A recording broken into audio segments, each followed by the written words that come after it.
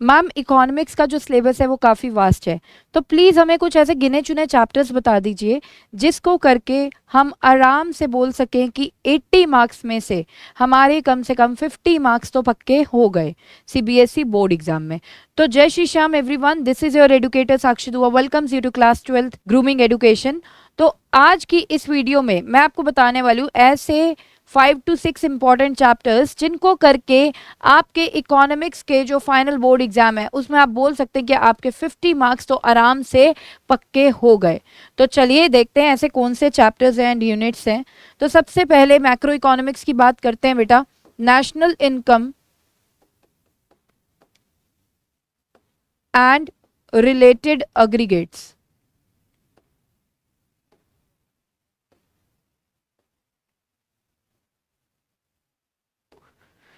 देखिए यहाँ पर मैं आपको बता दूं, national income and related aggregates में थ्योरेटिकल पोर्शन के लिए आपको प्रिपेयर करना है circular flow of income in a two sector economy 3 to 4 mark के लिए। वाई रियल नेशनल इनकम और real GDP is preferred over nominal GDP to जज the economic growth 3 to 4 mark के लिए। Next, is GDP a correct index of welfare comment, ये आपको prepare करना है 6 मार्क्स के लिए। स्पेशली इसके जो 2 पॉइंट्स है externalities and non economic exchanges, उसे बहुत अच्छे से प्रिपेयर करना है 6 मार्क्स के लिए। ठीक है, नेक्स्ट आपको प्रिपेयर करना है whether the following items will be included while calculating national income और नॉट, ऐसे वाले क्वेश्चंस। और बेसिकली ये जो क्वेश्चंस होते हैं ये हॉट क्वेश्चंस होते हैं regarding the topic precautions while calculating national income using all the 3 methods, that is income method, expenditure method and value added method. तो ये आपको कवर अप करना है। ठीक है, आपको कुछ ऐसे हॉट क्वेश्चंस कवर अप करने हैं कि लेट सपोज कि गवर्नमेंट ने टोबैको प्रोडक्ट्स को बैन कर दिया, तो बताइए कि इंडिया की जीडीपी के ऊपर और वेलफेयर ऑफ पीपल के ऊपर क्या इफेक्ट पड़ने वाला है इस चीज़ का।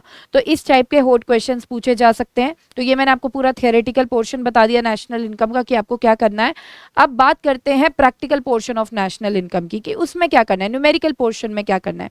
सो सबसे पहला calculation of national income using all the 3 methods, that is income method, expenditure method and value added method. दूसरा, कैलकुलेशन ऑफ डिफ्लेटर और you can say price index, ये बहुत अच्छे से करना है। जीडीपी डिफ्लेटर को कैसे कैलकुलेट करें, नेशनल इनकम डिफ्लेटर को कैसे कैलकुलेट करें, एक्सेट्रा। तो ये आपको करना है national income and related aggregates में से। ये यूनिट आपकी बेटा 10 मार्क्स की यूनिट है आपके सीबीएसई बोर्ड एग्जाम में, तो बहुत ही इंपॉर्टेंट है और बहुत ज़्यादा वास्ट यूनिट है जिसके मैंने आपको इंपॉर्टेंट क्वेश्चंस बता दिए। आपको अच्छे से पता लग गया होगा कि कौन सी चीज़ों को आपको फोकस करना है while preparing your unit of national income and related aggregates. ठीक है, अब हम बात करेंगे मनी एंड बैंकिंग की। मनी एंड बैंकिंग छोटी सी यूनिट जिसको करके आराम से आपके 6 मार्क्स क्या हो जाते हैं, प्रिपेयर हो जाते हैं। ठीक है, अब मनी एंड बैंकिंग में आपको क्या करना है, देखिए यहां पर सबसे इंपॉर्टेंट बनते हैं 2-3 क्वेश्चन गिने चुने। सबसे पहला, explain M1 as a measure of money supply. ठीक है, M1 को एक्सप्लेन करना है, ये आना चाहिए। दूसरा, credit creation by commercial banks, ये आना चाहिए। तीसरा, central bank as a controller of money supply और you can say credit supply, ये आपको अच्छे से आना चाहिए इसके अंदर। और जो सेंट्रल बैंक के फंक्शंस है ना, like bankers bank, governments bank, banker to the commercial banks, ये जितने भी फंक्शंस हैं सेंट्रल बैंक के वो सारे के सारे इंपॉर्टेंट बनते हैं।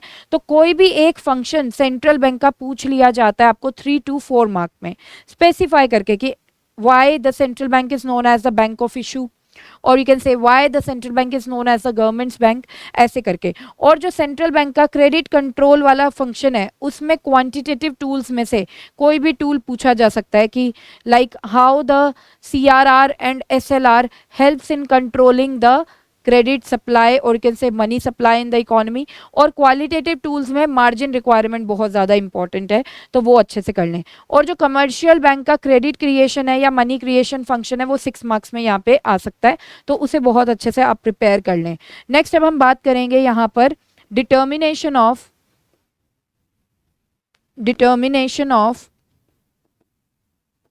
Income and employment.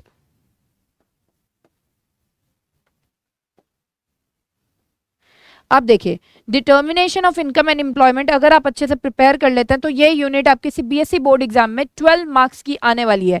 सबसे ज्यादा हाईएस्ट वेटेज वाली यूनिट है बेटा ये मैक्रो इकोनॉमिक्स की, that is determination of income and employment. अब मैं आपको ये बताने वाली हूँ कि आपको इस वाले यूनिट में क्या क्या प्रिपेयर करना है। तो देखिए, जो न्यूमेरिकल पोर्शन की सबसे पहले बात करेंगे, न्यूमेरिकल पोर्शन के पॉइंट ऑफ व्यू से कैलकुलेशन ऑफ मल्टीप्लायर और यू कैन से आउटपुट मल्टीप्लायर जिसे हम बोलते हैं, वो बहुत ज्यादा इंपॉर्टेंट है इसमें। दूसरा, investment savings approach theoretical point of view से भी इंपॉर्टेंट है, एंड प्रैक्टिकल क्वेश्चंस जो यानी कि जो न्यूमेरिकल्स आते हैं, calculate the equilibrium level of income consumption and savings using the investment savings approach, वो बहुत ही ज्यादा इंपॉर्टेंट है यहाँ पे। और थ्योरेटिकल क्वेश्चन यहाँ पे 99% जो आता है वो आता है इन्फ्लेशनरी गैप क्या है, डिफ्लेशनरी गैप क्या है। जनरली कहीं बार एक डायग्राम बना के दिखा देते हैं और आपको बताया जाता है उस डायग्राम में गैप जो होता है वो इंडिकेट कर रहे होते हैं, जैसे फॉर एग्जांपल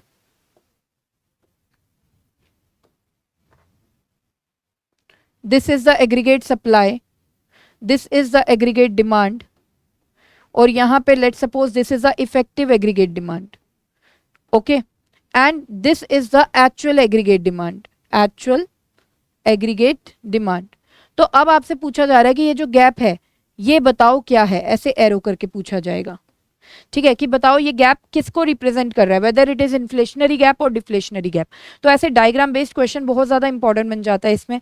फिर आपसे पूछा जाएगा कि कोई भी ऐसे दो टूल्स बताओ कि इन्फ्लेशनरी गैप या डिफ्लेशनरी गैप को कंट्रोल करने के लिए।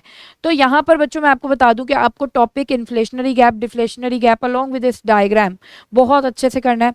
कौन से टूल्स को यूज किया जा सकता है to solve the inflationary and deflationary gap, वो बहुत अच्छे से हर एक टूल आपको बहुत अच्छे से करना है, ठीक है। क्वांटिटेटिव में मैंने जैसे अभी बताया सारे के सारे टूल्स ही इंपॉर्टेंट है, whether it is open market operations, CRR, SLR, okay, everything is important. Qualitative में बात करें तो margin requirement is very very important. तो इन सारे टूल्स को अच्छे से आपको गो थ्रू करना है। नेक्स्ट इसमें जो इंपॉर्टेंट बन जाता है वो बनता है aggregate demand and aggregate supply approach and investment and savings approach from theoretical point of view, वो बहुत अच्छे से आप कर लेना, ठीक है। अब हम बात करेंगे बच्चे गवर्नमेंट बजट की। गवर्नमेंट बजट, अब ये यूनिट भी जो है अगर आप इसको अच्छे से प्रिपेयर कर लेते हैं, बहुत ही छोटी यूनिट है, बिलीव में बहुत ही सिंपल यूनिट है, और आपको ये 6 मार्क्स पक्के करके जाएगी इकोनॉमिक्स में, ठीक है। तो गवर्नमेंट बजट में कौन कौन से क्वेश्चंस इंपॉर्टेंट बनते हैं, देखिए ऑब्जेक्टिव्स ऑफ गवर्नमेंट बजट से रिलेटेड क्वेश्चन आ सकता है, ठीक है। कोई भी 3 या 4 मार्क का क्वेश्चन आ जाएगा, कोई भी एक ऑब्जेक्टिव आपसे पूछ लिया जाएगा, और कई बार हॉट क्वेश्चन भी आ रहे होते हैं इसके ऊपर। फॉर एग्जांपल कि गवर्नमेंट ने उज्ज्वला स्कीम के अंडर जो पुअर पीपल है उनको फ्री में एलपीजी सिलेंडर्स प्रोवाइड करना शुरू कर दिया है, तो बताइए कि इससे गवर्नमेंट कौन सा ऑब्जेक्टिव ऑफ गवर्नमेंट बजट को अचीव करना चाह रहा है। तो basically reduction of inequalities of income and wealth, right. तो इस तरीके से भी ऑब्जेक्टिव्स के ऊपर भी हॉट क्वेश्चन आ सकते हैं। दूसरा जो क्वेश्चन इंपॉर्टेंट बनता है वो बनता है revenue expenditure, revenue expenditure versus capital expenditure, ठीक है। ये बहुत इंपॉर्टेंट है, कहीं बार डायरेक्ट क्वेश्चन आ जाता है, कई बार हॉट क्वेश्चन आता है। जैसे आपको कुछ आइटम्स गिवन होंगे और आपको बोलेंगे कि कैटेगराइज करो कि ये रेवेन्यू एक्सपेंडिचर है या कैपिटल एक्सपेंडिचर है along with reason. Same with revenue receipts, revenue receipts versus capital receipts, okay. तो ऐसा ही हॉट क्वेश्चन भी बन सकता है और डायरेक्ट भी आपसे पूछा जा सकता है कि डिफरेंस बताओ revenue expenditure and capital expenditure में, revenue receipts and capital receipt में। मोस्ट इंपॉर्टेंट न्यूमेरिकल यहां से बहुत ज्यादा इंपॉर्टेंट है, ठीक है। न्यूमेरिकल अच्छे से प्रिपेयर कर लीजिए, डेफिसिट्स निकालने का है। As we know that there are 3 types of deficit, revenue deficit, fiscal deficit and primary deficit. तीनों टाइप्स ऑफ डेफिसिट्स को निकालने के न्यूमेरिकल आ सकता है 3 मार्क्स का, तो वो बहुत अच्छे से आप प्रिपेयर कर लीजिएगा इस यूनिट में। नेक्स्ट अब हम बात करेंगे बैलेंस ऑफ पेमेंट्स की। बैलेंस ऑफ पेमेंट्स यूनिट भी बहुत ही छोटी सी और सिंपल यूनिट है, और ये भी आपको आराम से 6 मार्क्स की वेटेज देकर जाएगी सीबीएसई बोर्ड एग्जाम में। अब इसमें आपको क्या क्या प्रिपेयर करना है, आपको प्रिपेयर करना है सबसे पहले meaning of balance of payments, components of balance of payments, and the difference between balance of BOP current account and BOP capital account. साथ में आपको जो हॉट क्वेश्चन आते हैं वो मैं बताती हूँ किस तरीके से आते हैं. यहाँ पर हॉट क्वेश्चन आएंगे कि लेट्स सपोज बोरोइंग्स की है इंडिया वालों ने फ्रॉम द फॉरनर्स, तो बताइए कि इसको कौन से सब अकाउंट ऑफ बीओपी में रिकॉर्ड किया जाएगा, मतलब बीओपी करंट अकाउंट में रिकॉर्ड किया जाएगा या बीओपी कैपिटल अकाउंट में रिकॉर्ड किया जाएगा, और कौन सी साइड ऑफ बीओपी अकाउंट पे रिकॉर्ड किया जाएगा, मतलब डेबिट साइड पे या क्रेडिट साइड पे. इस तरीके के क्वेश्चंस बहुत ही ज़्यादा इंपॉर्टेंट यहाँ से बनते हैं. फॉरेन एक्सचेंज रेट डिटर्मिनेशन पे क्वेश्चन आ जाता है. फॉरेन एक्सचेंज रेट डिटर्मिनेशन, कि फॉरेन एक्सचेंज रेट को कैसे डिटरमिन किया जाता है. ठीक है, ये मोस्ट इंपॉर्टेंट क्वेश्चन है. और इसी के ऊपर हॉट क्वेश्चंस होते हैं. जैसे मान लो import duty on gold increases, तो बताइए कि इसका effect foreign exchange rate and value of Indian currency पे कैसे पड़ने वाला है. तो इस टाइप के हॉट क्वेश्चंस बहुत ही ज़्यादा इसमें इंपॉर्टेंट होते हैं. नेक्स्ट अब हम बात करेंगे आईईडी के इंपॉर्टेंट चैप्टर्स की.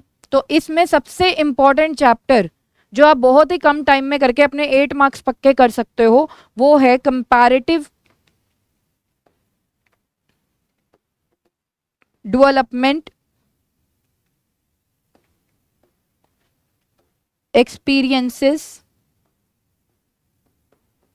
Of India and its neighbours और you can say neighbouring countries. तो ये बहुत ही ज़्यादा इंपॉर्टेंट है. 8 मार्क्स का ये चैप्टर है. ये चैप्टर हार्डली 2 या 3 घंटे में हो जाएगा और आपको आराम से 8 मार्क्स ये देकर जाएगा. And apart from this you can do chapter 1 Indian economy on the eve of independence. Indian economy on the eve of independence. तो ये 2 चैप्टर आईईडी के करते ही, ठीक है, और जो मैक्रो इकोनॉमिक्स के मैंने आपको यूनिट्स बताई हैं उनको करते ही आप आराम से 50+ स्कोर कर सकते हो आउट ऑफ 80. तो बहुत से बच्चे बहुत कम इकोनॉमिक्स में पढ़ के अच्छा स्कोर करना चाहते हैं, तो ये चैप्टर्स पहले प्रिपेयर कर लीजिए. फिर जब टाइम बचेगा तो बाकी के आप जो नॉन इम्पॉर्टेंट चैप्टर्स हैं, नॉन इम्पॉर्टेंट नहीं मतलब जिनकी वेटेज कम है, वो आप फिर कर सकते हैं. ठीक है, अब एक बार यहाँ पर मैं बता दूँ कि comparative development experiences of India and its neighbours में से आपको क्या क्या टॉपिक्स प्रिपेयर कर रहे हैं. देखिए, similarities in the developmental strategies of India, Pakistan and China बहुत इंपॉर्टेंट है.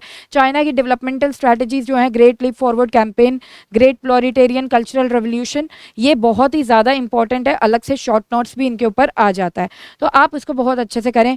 डेमोग्राफिक ट्रांजिशन के बेसिस पे इन तीनों कंट्रीज़ का comparison, India, Pakistan and China का कंपैरिजन, ह्यूमन डेवलपमेंटल इंडिकेटर्स के बेसिस पे इन तीनों कंट्रीज़ का कंपैरिजन, ये 4-5 टॉपिक्स बहुत अच्छे से प्रिपेयर कर लीजिए. ये चैप्टर में से 99% जो क्वेश्चन आता है वो इन्हीं टॉपिक्स में से आता है.